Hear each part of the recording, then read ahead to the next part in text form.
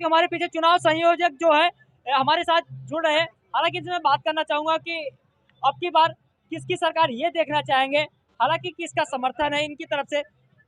जैसे पक्ष विपक्ष पलटवार तो कर ही रहा है, 24 में सबकी टकरार है। हालांकि गठबंधन एक तरफ है, बीजेपी सरकार अलग है। कुछ लोग राम मंदिर के नाम पे मांगते हैं और कुछ लोग बोलते हैं कि हम 25 से 30 लोग हैं, जो कि एक गठबंधन है। अब बाकी समझदार है, बाकी आप सब किसके वो पसंद करते हैं। हालांकि मैं इसी सब बातों पे मैं चर्चा करूंगा, बात करने का प्रयत्न। चैनल में बहुत बहुत स्वागत है। क्या कुछ कहना चाहेंगे, आपकी बार किसकी सरकार आप देखना चाहेंगे? अब की बार मोदी सरकार 400 पार। 400 के पार के दावे पार हैं। जी बिल्कुल पार है। आप देख रहे हैं रामलला की कृपा, अयोध्या में कितनी जनता उठती है। लाखों लोगों की संख्या में यहाँ आए हुए हैं, सिर्फ मोदी जी को देखने के लिए आए हैं। और ये एक बड़ा संदेश है पूरे देश के लिए। और देश में जो ये संदेश जा रहा है राम मंदिर का, 500 साल के बाद बना है। इसके लिए पता नहीं लाखों लोगों ने अपना बलिदान किया है। और उसी के कारण से प्राण प्रतिष्ठा के बाद से यहाँ पर 2 करोड़ लोग अब तक दर्शन कर चुके हैं। तो जो ये देशवासियों की भावना है, उस भावना का सम्मान होना चाहिए और वो भावना दिखेगी आपको वोट में भी। आप मंदिर की बात कर रहे हैं, इसी बात पे विपक्ष जो है ये चीज कहता है कि हालांकि अभी इतना टाइम हो चुका, मंदिर नहीं तैयार हो पाया, हमें दिया गया होता तो हम 1 से 1.5 साल के अंदर तैयार कर देते। क्या कहेंगे आप? विपक्ष तो खुद गुमराह है और जनता को भी गुमराह कर रहा है। जो लोग राम को मानते नहीं थे वो मंदिर क्या बनवाएंगे, और आज भी नहीं मानते हैं। अखिलेश यादव कभी कृष्ण की बात करते हैं तो कभी किसी की बात करते हैं। वो लोग कहीं उनका दिमाग काम नहीं कर रहा है, दिमाग फेल है सबका। कृष्ण की बात कर रहे हैं तब भी, हालांकि हिंदुओं की आस्था की बात कर रहे हैं। नहीं, उनकी बात नहीं कर रहे हैं, वो पलटवार कर रहे हैं। राम और कृष्ण को भी लड़ा रहे हैं। अभी तक तो वो हिंदू मुस्लिम की बात कर रहे थे, वो राम ये मान के चला जाए कि बेवकूफ बनाया जा रहा है जनता को। वो बाबरी मस्जिद की केवल बात करते हैं वो लोग, राम मंदिर की बात नहीं बात करते, है ना। अब मोदी जी ने कह दिया, अब मोदी जी ने कहा कि राम राज बैठे त्रिलोका, हर्षे बहे गए सब शोका, सब लोग शोक में चले गए हैं, समझे। और मोदी जी ने जो काम अयोध्या पूरे देश के लिए कर दिया है, मथुरा वृंदावन से लेकर के काशी विश्वनाथ जी तक, उन्होंने जो काम किया है आज कोई कर नहीं पाएगा। रिकॉर्ड है। परहित सरिस धर्म नहीं भाई, पर पीड़ा नहीं समझ माई। मोदी जी ने सारे धर्मों की कल्पना कर करके और देश का उत्थान किया है।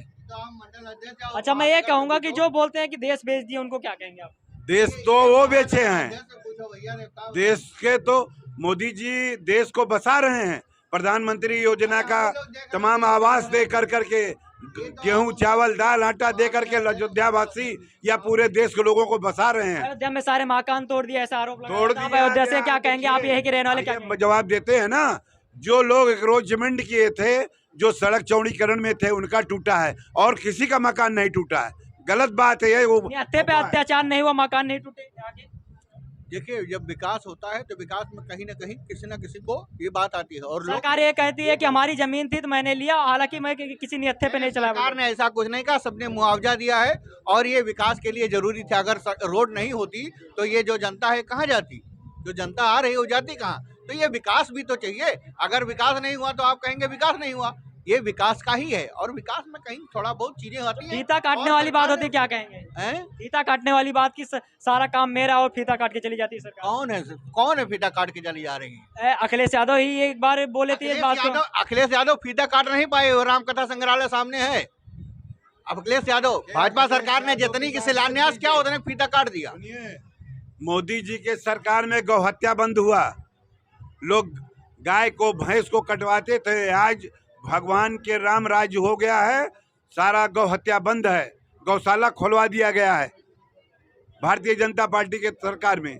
आज सारे गौ लोगों को सेवा हो रहा है। और एक सवाल आपसे रहेगा कि युवाओं के लिए जैसे बात किया जाए, बोल रहे हैं कि महंगाई ज्यादा है, रोजगार नहीं है। अभी पेपर हुए वो लीकेज हो गए। महंगाई कब नहीं थी? महंगाई हटाओ, गरीबी हटाओ का नारा ही सुना गया। बाकी महंगाई तो हमेशा थी और महंगाई रहेगी। और महंगाई के बावजूद वुडलैंड का जूता 7,000 का 10,000 का कौन पहन रहा है? मोदी जी देश से ज्यादा विदेश घूमते हैं, यहाँ पे विकास की बातें ना करते हैं, ऐसा आरोप। अगर विदेश न घूमे होते तो अब तक पाकिस्तान की स्थिति कुछ और होती। अब तक पाकिस्तान से डरते थे लोग, अब पाकिस्तान डर रहा है। ये विदेश की नीति की जरूरी है।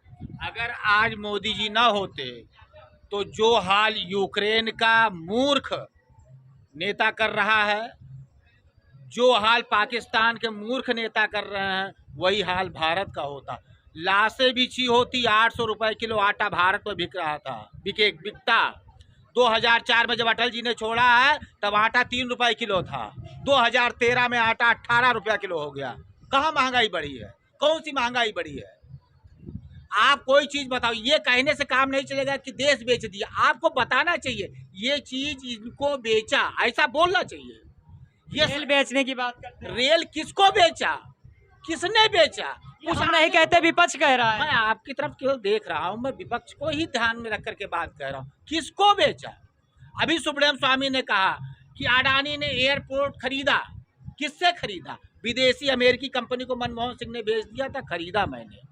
आप महंगाई की बात करते हो, किसी भी चीज में आपको मैं बता दूं, 2004 में 23 रुपए लीटर पेट्रोल था, 2013 में 84 रुपया लीटर पेट्रोल का कई गुना बढ़ा। आप बताओ उनसे। जो शैतानी रिश्वतखोर दलाल बेईमान है वो उस जमात के साथ खड़े हैं। वो उन बेईमान जो 22 लाख करोड़ हजम करके विदेशी बैंकों में जमा किए, उनके साथ खड़े हैं। मेरा भी जमा हो जाए, होड़ मची है लूटने के लिए, देश के लिए। ऐसे लोग केवल एक बवंडर खड़ा करके अपना केवल एक अस्तित्व दिखाना चाहते कि हम हैं। सारी बातें झूठी, सारे एक बात उनकी सच्ची नहीं है। एक बात का विस्तार से बता दें कि यह बात उन्होंने ऐसा कहा है। झूठ बोलता है, कहते हैं कि मोदी जी कहते हैं कि मोदी जी को झूठा कहते हैं। मोदी जी का कोई भी एक वाक्य बोलो, उस वाक्य के विश्लेषण करो, उसकी व्याख्या करो 2 लाइन 3 लाइन 5 लाइन में, जिससे लोगों को जाए संदेश कि ये झूठ मोदी जी ने बोला। किसानों के लिए कुछ नहीं किया। किसानों के लिए राहुल गांधी खड़े हैं, अभी दिल्ली कूच कर रहे थे किसान। आइए अभी बताते हैं किसानों के बारे में। अगर जानना चाहते हैं तो 2004 की घटना के बारे में आप बताना। 2004 के बाद किसानों का बीज में तो ठगा। आपको बीज विधेयक मालूम है? 4 जून से 2009 को बीज विधेयक पास हुआ था। बीज विधेयक पास हुआ था। उस बीज विधेयक के द्वारा सारे किसानों को बर्बाद कर दिया गया। उसका एक बहुत बड़ा नमूना आपको दे रहा हूँ। सारे युवा खेती से भाग गए। जब उन्होंने देखा खेती में लाभ नहीं है, सारे युवा खेती से भाग गए। और आज खेती युवा करना नहीं चाहता है, और यही उनका मकसद था। कांग्रेस का मकसद सिर्फ यही था। अभी देखिए पंजाब में आज के साल भर पहले आपने अखबार में पढ़ा होगा, वहाँ वारंट कटा किसानों के खिलाफ। किसान पढ़ा था कि नहीं पढ़ा? आपने एक बार ना पढ़ा तो मैं भी आपको दिखा भी दे। वहाँ वारंट कटा किसानों के खिलाफ। 73,000 किसान वहाँ पकड़े गए, बंद किए गए। कौन सी बात पे वो बात करना चाहते? किस विषय पे बात करना चाहते हैं? बताओ ना, उनसे पूछे ना। बेईमान और बेशरम हो चुका है विपक्ष, तो इस नाते वो खुलेआम जेल से लौट के आ रहे हैं। बंधन मजबूत है उनका। जेल पर आए हैं, बेल पर हैं, उसके बाद भी बेशर्मी की हद है। तो उसका क्या जनता जवाब देगी आगे? हालांकि साथियों, मैंने यहाँ पे चर्चा की, हमारे साथ जो कि यहाँ के चुनाव संयोजक थे वो जुड़े। हालांकि तमाम लोग जुड़े यहाँ पर पीछे, और इनके अपने अपने विचार है। बाकी आप सब किसकी सरकार देखना चाहते हैं 24 में? अपने हिस्से की राय जरूर दें कमेंट बॉक्स में। नमस्कार, जय हिंद।